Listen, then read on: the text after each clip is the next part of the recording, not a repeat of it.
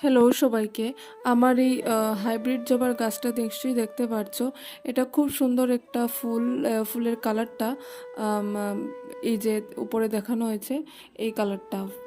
তো এখানে অনেকগুলো কুড়ি এসেছে কিছুদিন হলো, কিন্তু কুড়িগুলো কেন জানি না ঝরে পড়ে যাচ্ছে, সবগুলো একটাও থাকছে না।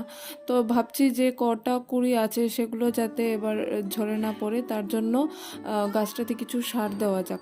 তো এখানে আমি গাছের গোড়ার মাটিটা একটু হালকা খুঁড়ে দিচ্ছি, তারপর আমি খাবারটা দিয়ে দেব।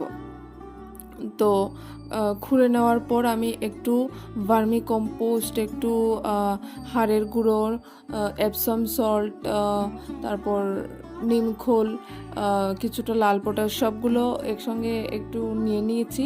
তো সেটাকে একসঙ্গে মিশিয়ে তারপর আমি টবটাতে খাবারটা দিয়ে দেব।